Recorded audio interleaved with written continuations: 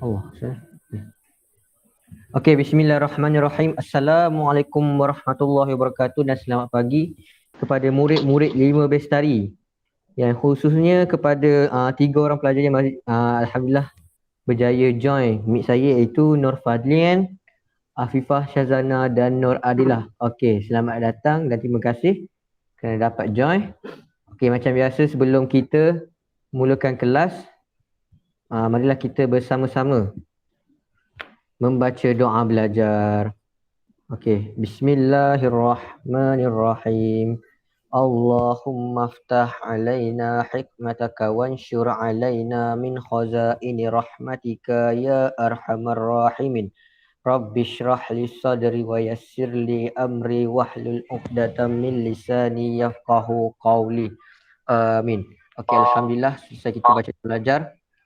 Kita akan teruskan kepada pengajaran kita di mana kita akan teruskan kepada tajuk yang lepas iaitu hari Jumaat lepas lah sebab hari Selasa kan kita cuti. Kita sambung kepada tajuk syirik merosakkan akidah iaitu tajuk masih dalam topik akidah iaitu syirik. Okey, saya nak tanya semua dulu, masih ingat tak jenis-jenis syirik? Ingat tak berapa jenis syirik ada yang kita dah belajar? Syirik ada 2. Fadlian bagus. Apa tu? Dua syirik tu. Fadlian bagus. Apa tu? Dua syirik tu. Afifah Syirik Syazana. kopi dan syirik jali. Afifah Syazana.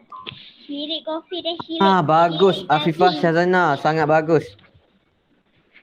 Bagus. Terima kasih, sangat bagus. Cemerlang, pandai Afifah Syazana, iaitu syirik jali dan syirik khafi. Okey, sangat bagus. Jadi saya harap, okey, untuk maksud dia sabar dulu, kita tengok dulu gambar ini. Okey, kita tengok gambar ni.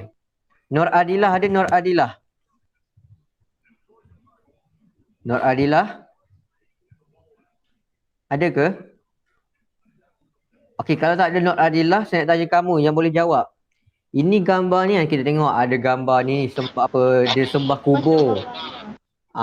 Dia ada sembah bomoh, ikut bomoh, sembah patung dengan sembah patung lembu. Okey, ini syirik apa ni agaknya? Syirik jali atau syirik khafi? Tadi Fadlian jawab apa? Saya tak dengar dia. Nur Adilah dia jawab dia. Ni syirik apa? Saya nak tanya siapa yang boleh jawab. Ini syirik apa? Kalau tahu dia sembah kubur, sembah orang mati. Ya, Adilah.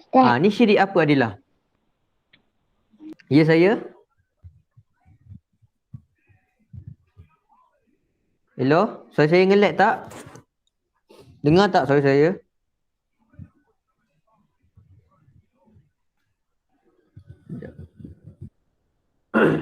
Hello? Dengar tak? Dengar.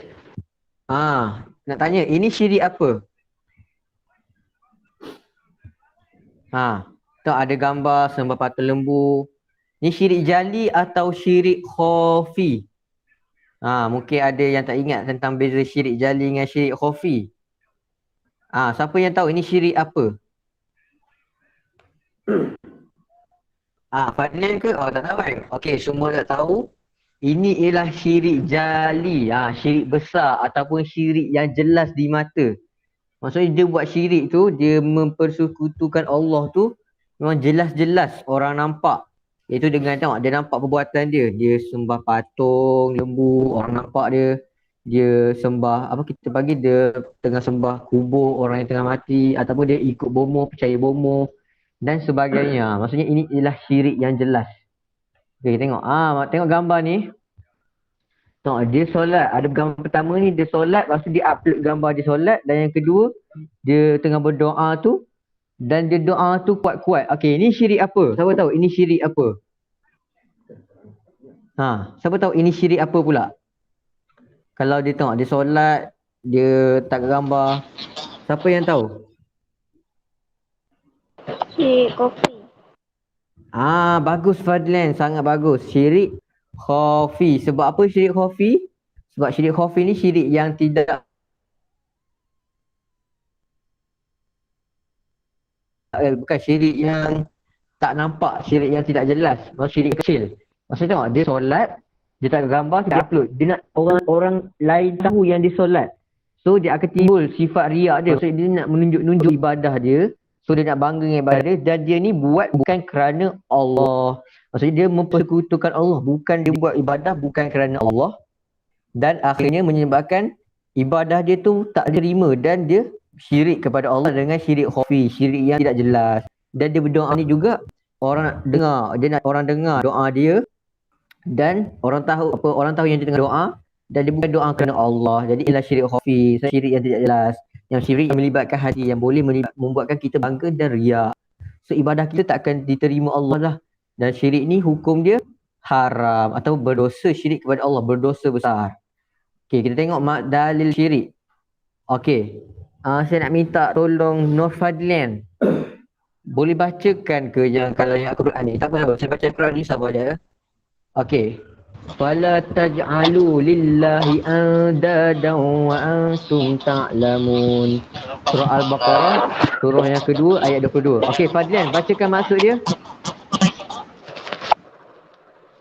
Maksudnya, maka janganlah kamu mengadakan sembahan-sembahan lain bagi Allah, sedangkan kamu semua mengetahui. Surah Al-Baqarah 22. Okey, Alhamdulillah, sangat bagus Fadlian.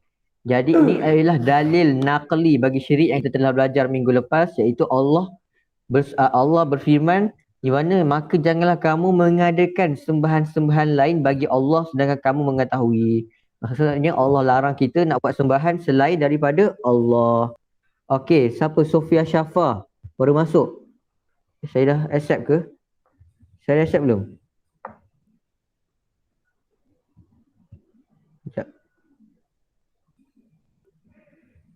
Okey, Sofia Syafa. Sofia Syafa ni siapa ya? Boleh saya tahu? Sofia ke? Sofia Syafa siapa? Aisyah Sofia. Aisyah Sofia Okey, Aisyah Sofia, terima kasih dapat join me. Okey, Alhamdulillah. Tak apa, nanti saya akan tanya Aisyah Sofia kalau ada ni. So, ni adalah surah Al-Baqarah ayat yang ke-22. Ingat ni, surah ni tentang pasal syirik. Allah melarang kita membuat syirik, membuat sembahan-sembahan lain selain daripada Allah Subhanahu Wa Taala. Okey, tadi dan kita tengok kita ada dua jenis syirik kita dah belajar, iaitu syirik jali dan syirik khafi.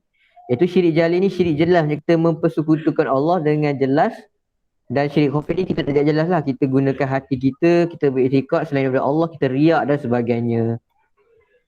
Okey, kita tengok kesan syirik jali, iaitu syirik yang jelas tadi. Okey, saya nak minta Nur Adilah, ada ke Nur Adilah? Nur Adilah, adakah? Ada tak? Nur Adilah. Okey, kalau ada saya nak minta Aisyah Sofia. Aisyah Sofia, tolong bacakan. Aisyah Sofia, ada ke? Kesan syirik jali. Pertama, membatalkan akidah. 2, berdosa besar. 3, dijanjikan azab yang pedih. Alhamdulillah. Terima kasih Aisyah Sofia. Sangat bagus. Jadi kesan syirik jali ni, syirik yang jelas tadi tu, pertama dia akan membatalkan akidah kita lah. So dia akan buatkan kita ni, akidah kita ni tidak betul, tidak berada jalan yang lurus. Jadi itulah kesan syirik jali. Sebab apa syirik jali ni syirik yang jelas. Maksudnya kita buat benda tu jelas-jelas. Kita mempersekutukan Allah. Kita menyembah selain Allah. Jadi itu adalah membatalkan akidah kita yang melandaskan agama Islam. Yang kedua, berdosa besar. Sebab syirik ni sendiri pun salah satu dosa paling besar dalam kalangan 76 dosa besar yang dicatatkan dalam kitab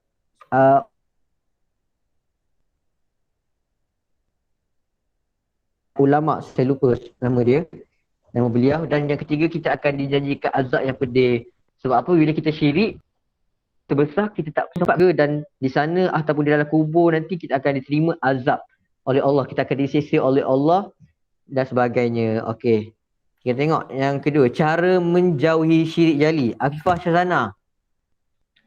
Afifah Syazana ada tak?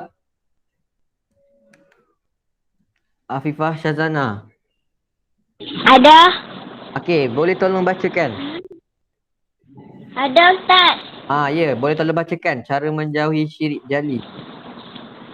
mendalami ilmu tentang Islam, istiqamah, beribadah dan berdoa kepada Allah. Cara menjauhi Allah Subhanahu Wa Taala mendalami ilmu tentang Islam. Allah Subhanahu Wa Taala, mentaati perintah Allah Subhanahu Wa Taala dan Rasul. Okey, alhamdulillah, sangat bagus. Terima kasih Afifah. Terima kasih. Bagus, pandai.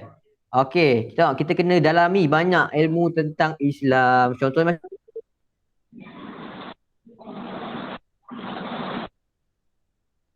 sekarang ni lah. Kamu tengah berada dalam kelas tentang Islam. Kita tengah belajar tentang syirik. So, bila kamu mendalami, kamu akan tahu perkara itu ialah salah. Berdosa besar. Kamu telah mendalami ilmu tentang Islam. Di mana ilmunya, syirik ni dosa besar. So, boleh mendapatkan azab kepada kita tadi. Dan yang kedua, kita boleh istiqamah beribadah dan berdoa kepada Allah. Di mana kalau kita ibadah ni, kita beribadah pasti kita akan mengelakkan daripada perbuatan-perbuatan yang maksiat lah. Contoh syirik ni. Dan kita berdoa kepada Allah.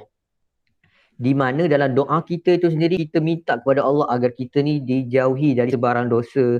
Contohnya dosa-dosa maksiat dan syirik. Itulah yang kedua, cara menjauhi. Dan yang ketiga, kita mesti taat perintah Allah dan Rasul. Di mana kalau tengok dalil nakli tadi, kita taat kepada dalil nakli tadi, ayat Al-Quran tadi. Itu adalah perintah Allah, di mana Allah menyuruh kita untuk jauhi syirik. So kita taat dan perintah Rasul itu sendiri. Di mana ada beberapa dalil ataupun beberapa hadis daripada Nabi, saya lupa hadisnya, tentang Nabi cakap sendiri kita kena jauhi perkara syirik. Okey, itulah cara menjauhi syirik jali, syirik yang jelas tadi. Macam kita sembah matahari dan sebagainya. Okey, kita tengok seterusnya. Kesan syirik khafi. Okey, Fadlian. Boleh bacakan? Tolong bacakan. Kesan syirik khafi adalah 1. Menghapuskan pahala amalan. 2. Mendapat dosa dan kemurkaan Allah Subhanahu Wa Taala. 3. Hidup tidak tenang. Alhamdulillah. Terima kasih, sangat bagus Fadlian. Syirik khafi tadi kan syirik yang kita tidak nampak, maksudnya dalam hati kita sendirilah. Kita menunjuk-nunjuk, kita buat kerana Allah. Yang pertama, kita akan menghapuskan pahala amalan kita. Cuma macam kita solat tadi kan. So solat tu kita amalan kita lah untuk akhirat nanti. Tapi disebabkan kita ada rasa riak, kita buat bukan kerana Allah, memang Allah tak terima langsung pahala tu dan tidak terima amalan tu. So susah-susah je kita buat solat tu. Okey, Nur Najihah Kaisara baru masuk. Okey, sabar je. Sekejap, sabar je. Ada ke Nur Najihah dia? Tak ada lagi. Kasi damage dia. Okey, tak apa, teruskan. Maksudnya kita akan, Allah tak terimalah ibadah kita. Sebab apa? Padahal kita riak je. Kita rasa, baguslah aku ni buat. Sebab itulah Allah tak terima, tak menghapuskan amalan kita. Okey, selamat datang Nur Najihah Kaisara. Ni Najihah ke? Nur Najihah Kaisara? Najihah. Okey, tak apa. Najihah, selamat datang. Okey, saya teruskan. So itulah menghapuskan pahala amalan kita. Dan yang kedua, kita akan dapat dosa dan kemurkaan Allah. Sebab apa? Ini ialah syirik. Walaupun syirik khafi, syirik kecil, kita hanya riak je. Maksudnya kita buat ibadah tu bukan kerana Allah, tapi kita akan dapat dosa dan kemurkaan Allah. Allah tak terima. Allah bagi dosa kat kita. Apa? Kita buat syirik. Sebab syirik tu ialah perkara yang berdosa. Dan yang terakhir sekali, hidup kita tidak akan tenang. Sebab apa? Bila kita ni buat ibadah, kita buat amalan kita sebab hidup kita nak tenang. Kita nak ikut perintah Allah. Tapi sebab kita ni buat bukan kerana Allah, kita buat kerana orang lain. So kita nak menunjuk-nunjuk, memang hidup kita tidak akan tenang lah. Sebab Allah tak berkat hidup kita. Allah tak beri rahmat kepada hidup kita. So Allah tak akan berkat dan hidup kita tidak akan tenang. So itulah kesan syirik khafi, sebab hanya kita riak dalam hati kita. Dan kita buat kerana Allah. Okey, last sekali. Najihah tadi malu masuk kan. Boleh saya suruh Najihah? Najihah, tolong bacakan je dulu cara menjauhi syirik khafi. Najihah, bacakan je. Boleh Najihah? Melatih diri supaya ikhlas. Menyembunyikan amalan kebajikan menghindari perasaan hebat dengan amalan yang dilakukan. Alhamdulillah. Terima kasih Najiah. Sangat bagus. Okey, itu ialah cara kita nak menjauhi syirik khafi ni. Cara menjauhi kita ni riak ke apa. Yang pertama kita kena latih diri kita ni supaya kita ni ikhlas. Kita melepaskan. Kita buat memang kerana Allah Subhanahu Wa Taala. Kita tak fikir. Bukan kerana orang lain lah. Kita memang fikir, okay, aku buat ni kerana Allah. Supaya Allah ni memberi rahmat kepada aku. So kita ikhlas daripada diri kita. Itu dah ikhlas. Walaupun ikhlas ni susah tapi kita kena latih diri kita. Kita latih daripada kita kecil lagi lah. Daripada kamu tahun 5 lagi, kamu kena latih. Kamu buat ibadah, kamu puasa, kamu solat contohnya, kamu tolong sesiapa. Kamu buat kerana ikhlas. Tak minta sebarang ganjaran. Itulah maksud ikhlas.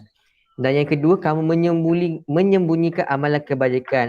Inilah langkah terbaik lah untuk menghilangkan syirik khafi. Tapi boleh je kamu war-warkan. Cuma, okey, kesnya kat sini, kamu sembunyikan amalan kebajikan. Contohnya, kamu paling mudah kamu derma lah kan.